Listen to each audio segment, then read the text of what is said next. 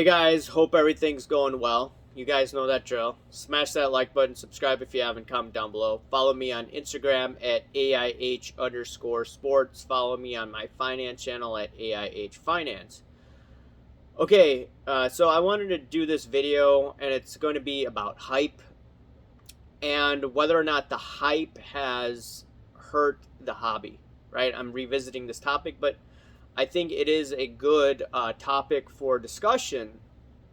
And I saw some of the comments. Some agreed with me, some didn't, which is fine. You know, I want to hear different perspectives, and I just don't want to be like, "Oh, I'm right and you're wrong." No, no, no. It's about dialogue, basically.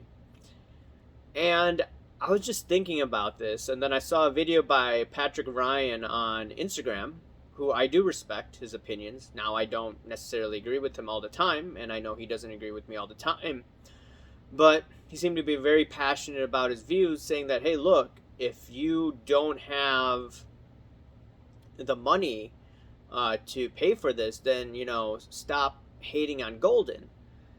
And, this is just coming from an unbiased perspective. There's a lot of reasons why people go after him.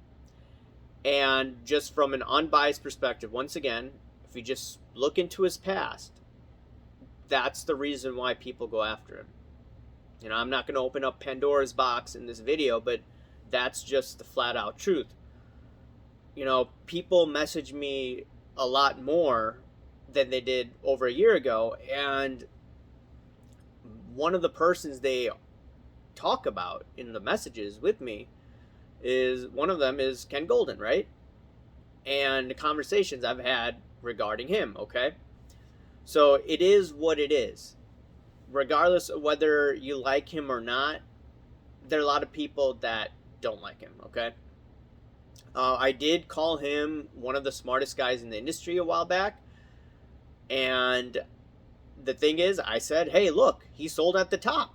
You have to be pretty smart to sell your company right at the top to the owners of PSA, which is Nat Turner, Steve Cohn, etc. So I'm not taking away anything from him regarding that. He sold his auction company, February or March of last year? I don't remember when. So I'll give him props for that. Now going back to the Logo Man sale and regarding hype, in my opinion, hype has drawn people away from the hobby. And the thing is, a lot of people were saying, hey, this card market will continue to go on up to the moon, right? Some people didn't know, right? Some people thought that you could exponentially grow the hobby at that rate. I didn't think that was possible. Now, I think there were people in the industry that probably knew that wasn't possible but weren't speaking up. Maybe they may have been afraid, maybe they may have offended someone, but it is what it is. That hype from last year got a lot of people hurt. They bought towards the top, they were chasing, and now a year later, prices, or a little more than a year, prices have come tumbling down for many of the cards. Not everything, right? You could find some examples where you could be like, hey, this card went up year over year, or from the last 16 months, whatever it is. Now, if you bought in 2018, 2019, early parts of 2020, okay, some of the cards that you have are still higher. There's no doubt about that. I'm not talking about those guys. All that volume, all that activity happened during the hype. So in my opinion, the hype has hurt the hobby to a large degree over the past, 16 months. And regarding the Logo Man card, people, they're saying, hey, $6.6 million, right? It could go as high as the Honus Wagner card, which I said, no, that's not going to happen. A lot of people say it's not going to happen.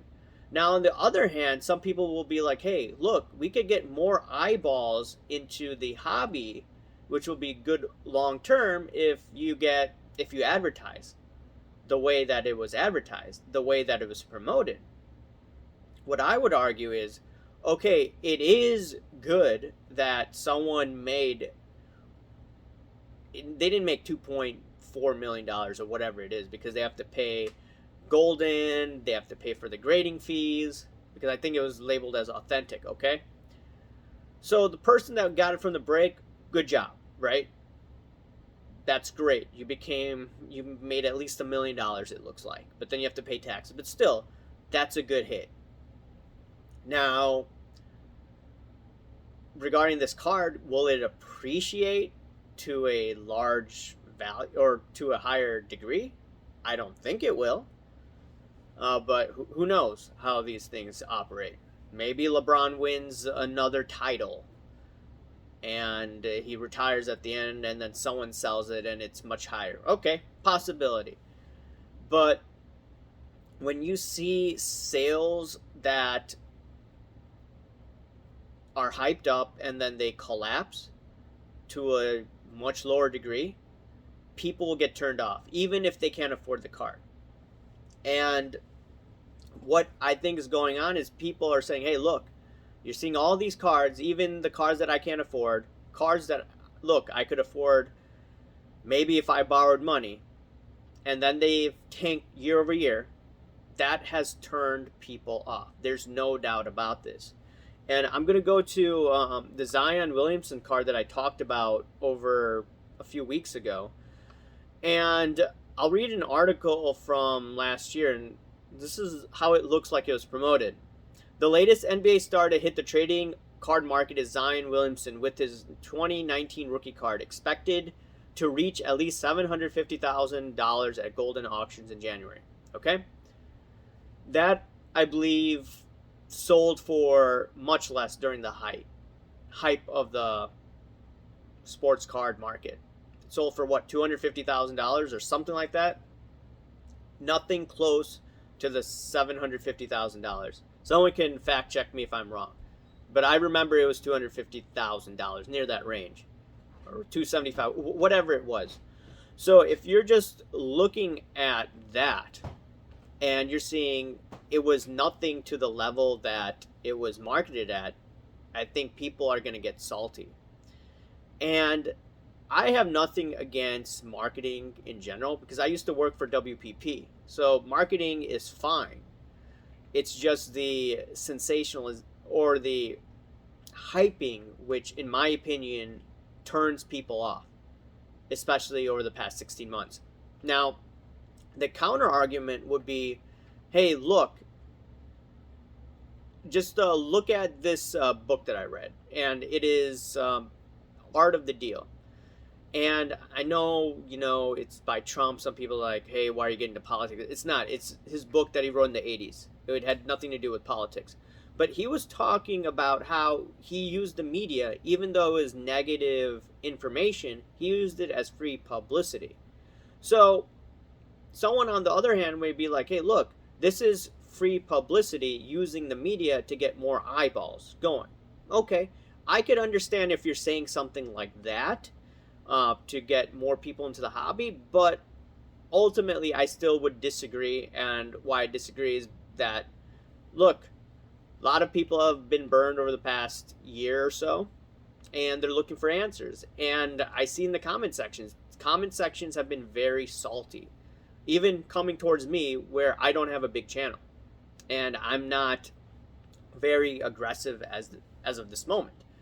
I was aggressive in 2020. I kind of wish that I showed you some of my journey in 2020, but I started in November, December, or whenever it was of 2020, right when the bubble was about to pop.